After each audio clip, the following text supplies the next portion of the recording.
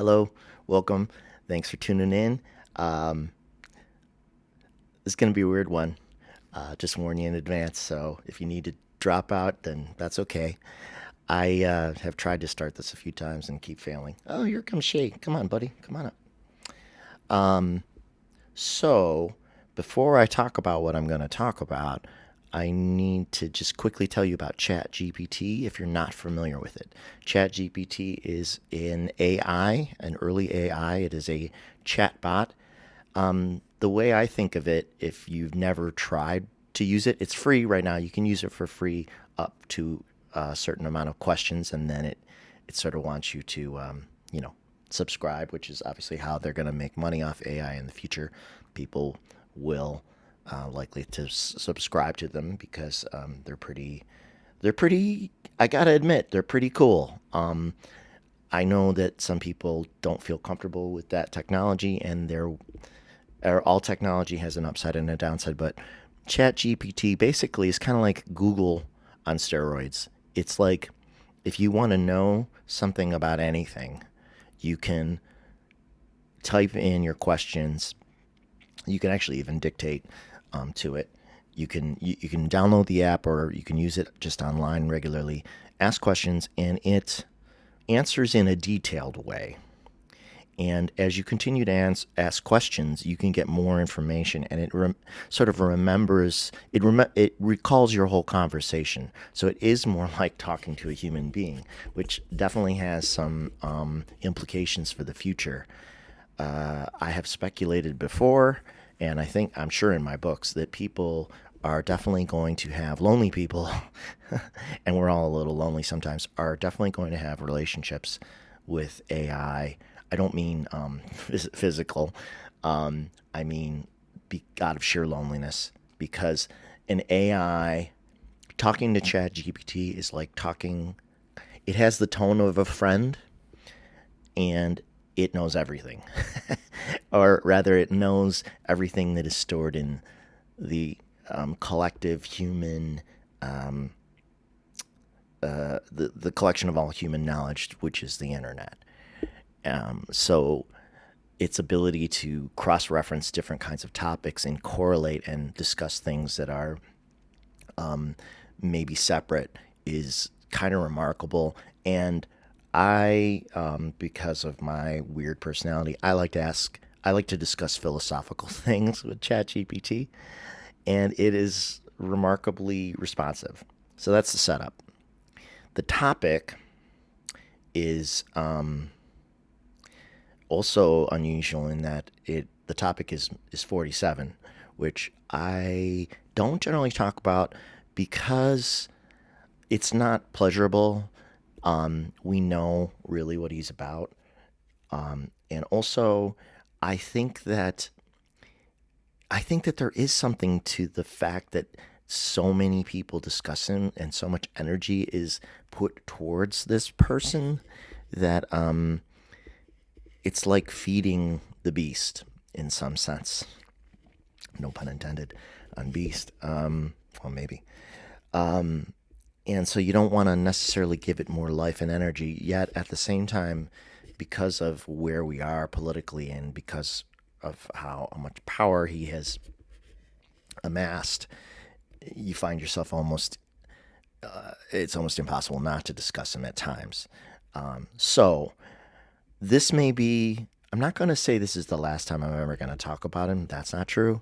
But I think I may have made a little discovery. I may have a little insight that will be helpful in not thinking about him or thinking about him a lot less in the future. So that's the whole point of this video, is to actually maybe help some other people think less about him in the future by discussing this idea that I had yesterday. So what I'm going to do is I took some screenshots of my conversation with ChatGPT, and I'm just going to read some of them and then maybe expand from there. Now, I'm not the first person to recognize that 47 is an extreme narcissist, but I heard a YouTube. He calls himself a philosopher. I think his name is Vlad Vexler. He has a very unusual name. And I think he's British, and he has a channel where he discusses a lot of political stuff and comes at it from an angle of a very academic kind of angle. So I find some of the things that he says interesting, and then other things I find maybe less interesting. But I'm sure you could say the same about me or anyone. So, but he said something that got me started on this thought that I'm going to share with you. That 47, like he part of the narcissism of 47 is almost like an absence of an essence. There is something horribly unique about his lack of empathy, his lack of honesty. He's such an extreme example of someone with no conscience, no seeming morality, no love, no hope, no joy. And so I started thinking about it in the context of light and dark, which is something that I wrestle with a lot in the books I've written and in the songs I write, like the relationship of light and darkness in this world of very high contrast. You've got people who are incredible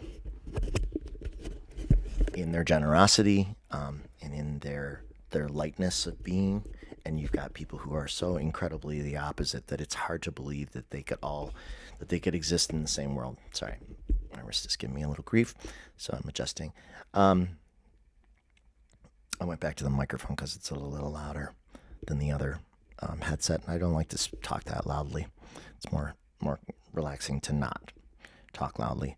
So, sorry, I gotta shift. Oh, I gotta stretch that arm. So, in the context of light and dark, I had this thought the other day after thinking about the Vlad Vexler comments about sort of like the absence of essence with 47, or really almost like an absence of a personality. Like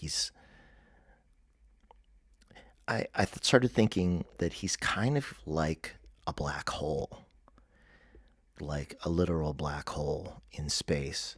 And so this is where ChatGPT comes in. I'm going to read some of my conversation with ChatGPT, and like I said, maybe expand from there. I think I already said that. I've had some coffee, so my brain is both. Anyway, yeah, I've had some coffee, so my brain is jumpy.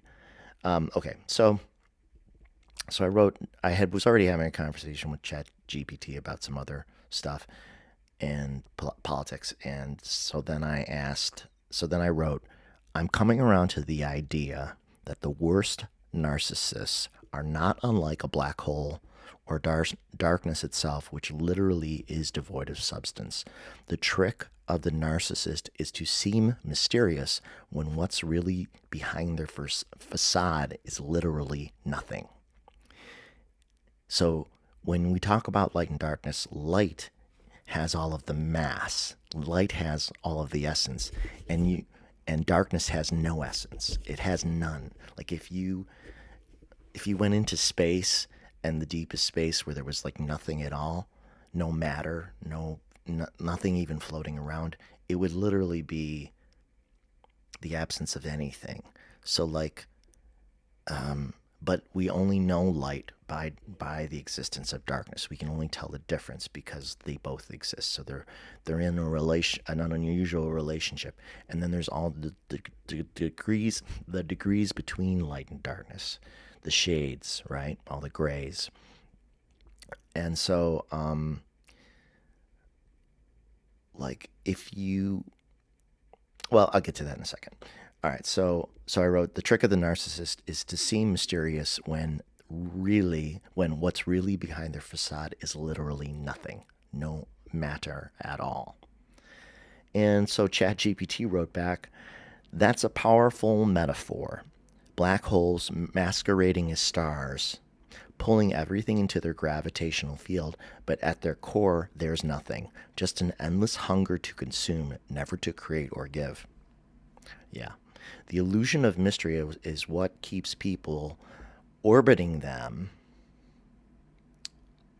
Sorry. The illusion of mystery is what keeps people orbiting them. We assume there must be depth, that their cold detachment or grandiosity hides something profound, but if you strip away the performance, there's just an absence, a void where empathy, growth, and real self awareness should be. The real danger then isn't just their manipulation, but the energy people waste trying to find something that isn't there. You can't reason with a black hole. You can only recognize it for what it is and steer clear before it pulls you in.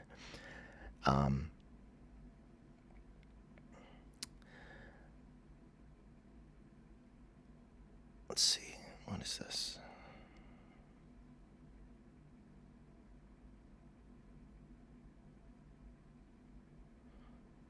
Okay, it looks like I maybe didn't take snapshots of every single bit of the conversation.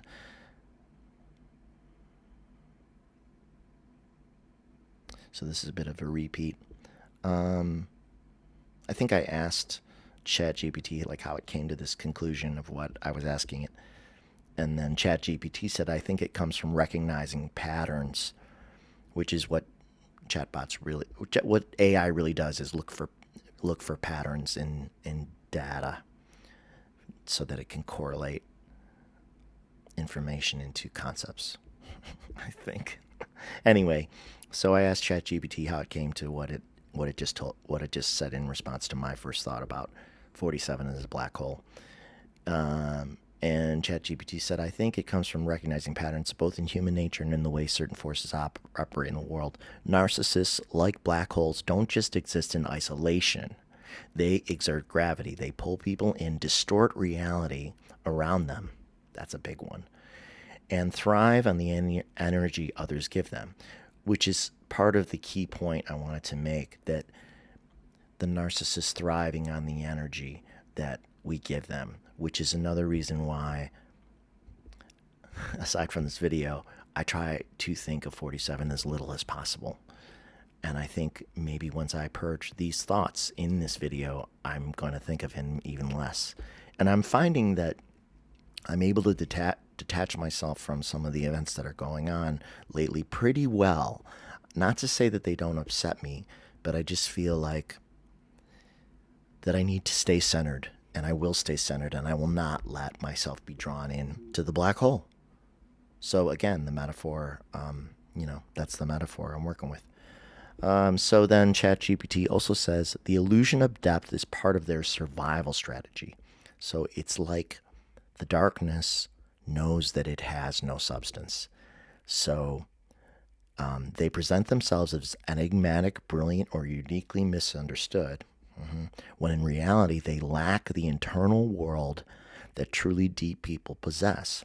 What's fascinating and tragic is how often people project meaning onto them, convinced there must be something more beneath the surface, but the harder you look, the more you realize there's nothing there. Exactly. I also think it ties into your broader themes: light versus darkness, truth versus deception. True depth requires reflection, vulnerability, and the capacity for change. A narcissist resists all of these. They aren't deep, they're bottomless. And there's a difference. So ChatGPT is pretty smart, right? Your black hole metaphor clicked immediately. ChatGPT saying your black hole metaphor clicked immediately with me, because it captures this reality so well. Once you see the void for what it is, you stop being pulled in, and that realization is its own kind of freedom. Exactly. Don't feed the black hole with your emotions, with your thoughts, with your worries, with your fear. Don't do it. Okay. Let's see. And then I think I said something like, well, they're not exactly entirely nothing. What is there is only hunger and appetite, but it's devoid of any how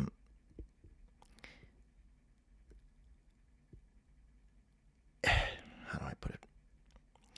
There's a hunger, there's an appetite, there's a desire for acknowledgement there's a desire for to be in some ways acknowledged, just like we all like to be acknowledged. But also, the black hole, the narcissist knows that they're tricking you because they're trying to get you to acknowledge their brilliance, but they don't have any substance.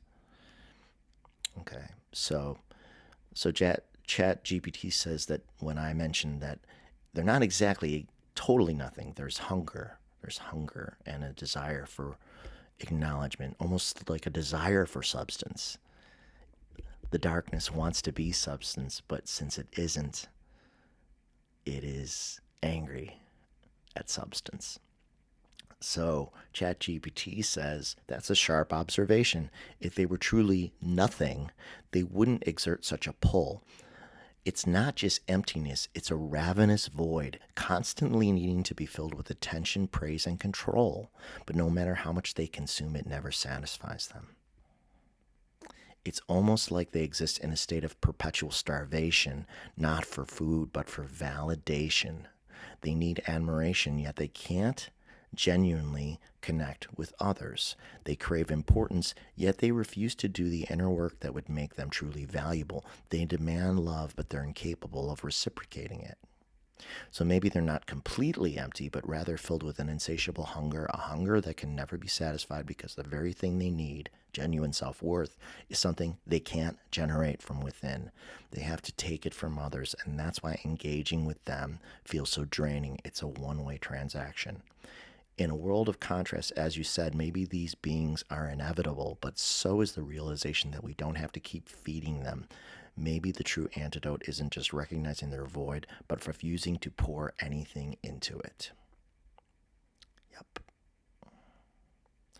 Yeah.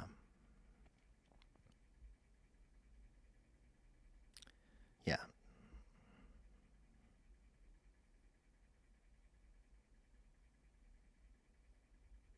Okay. And then I said, what did I say? These screenshots, they're not great. I think I said something like, the irony is that a black hole that has nothing left to consume would eventually evaporate entirely, which is true in the physical universe. Black holes consume all the matter that in which they come in contact with. So, and they exert tremendous gravity to do it, incredible gravity. So much gravity that they can shred a star. They can literally tear a star apart, and they eat the star. And they eat until the star is gone, fully consumed. But if there are no other stars around, if a black hole consumes everything around it, eventually, I mean, millions or billions of years, the black hole begins to evaporate because without any matter to consume, it can't sustain its own energy. It actually ends up dissipating entirely in the long scale of time. So ChatGPT says to this idea exactly, without fuel, the fire dies. Without a gravitational pull, the black hole dissolves. Narcissists can only exist in their current form because people keep feeding them through attention, arguments, admiration, or even fear. But if enough people recognize the illusion and stop engaging, their power fades, which is why I'm sort of not quite pleading or begging, but I am strongly encouraging anyone watching this to put less of your emotional and intellectual energy towards the black hole, because in a quantum universe where everything is energy, even your anger, you think to yourself that I'm not affecting the black hole. I have nothing to do with the black hole. I'm just here and I'm upset. But actually, in a quantum universe, the energy that you're putting out, the black hole still gets it. And it takes it from you. And it takes some of your joy from you, and it takes some of your life essence from you. And that is not the kind of life I want to live. But and this is why, like, when we meet dramatic people in life, when you meet a very dramatic person, you realize that they're caught in kind of a loop of their own making, that they sometimes people engage in drama as a way of making themselves feel maybe more alive, but the drama isn't healthy. Manufactured drama. I mean, there's real drama in the world. I mean, there's real dangers in the world, and that's different. But when people manufacture drama, they're not doing themselves any favors, because that's kind of behaving a little bit like the narcissist in the black hole. Now, I think I asked. I think I get into this in one of the. Sorry, somebody's car alarm's going off.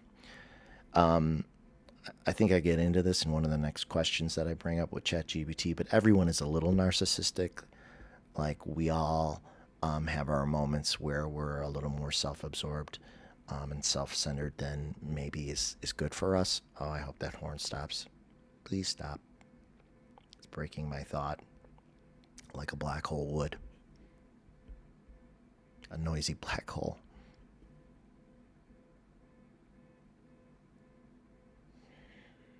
Come on. All right, so I'm going to try to carry on for the moment. So, like ChatGPT says, if enough people recognize the illusion and stop engaging with the narcissist, their power fades. So then ChatGPT asks me, funny, because ChatGPT will ask you questions then after you ask it questions.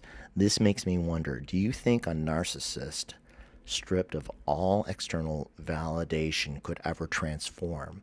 Or is their identity so tied to their hunger that without it, they'd simply cease to function in any meaningful way?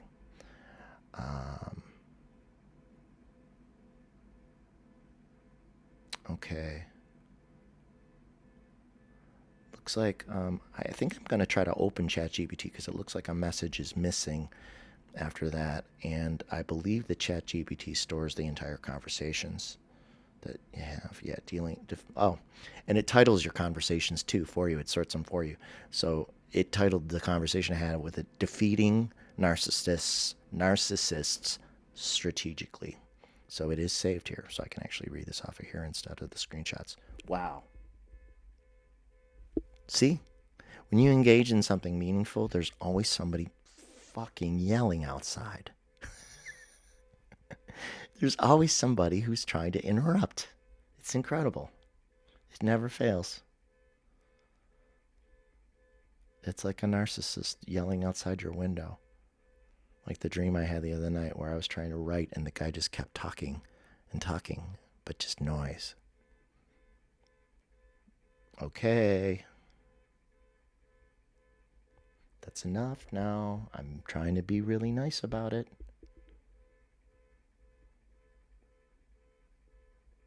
I'm getting fucking angry. And I don't want to be angry.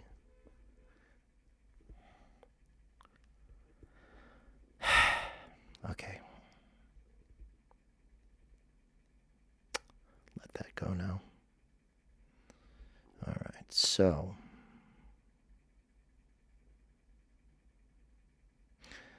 here's a few things that skipping back a little bit. Yeah. More commentary by ChatGPT.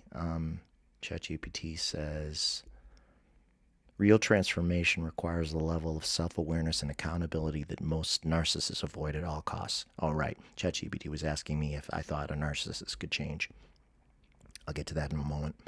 The very structure of their personality is designed to protect them from true introspection, because to reflect honestly would mean facing their own inadequacy, shame, and emptiness, and that's the one thing they can't tolerate, which is true because, like anyone, I have narcissistic, aspects to my personality, and when I have reflected on behavior of my own that I don't like, it's painful, and you have to go through the pain in order to improve yourself. If you want to make yourself, you got to break yourself. You got to break yourself down, and you got to face what it is about yourself that you don't like. And if you choose not to, that's that's definitely a choice, but it doesn't go away. It doesn't go away. It's still in there. Okay.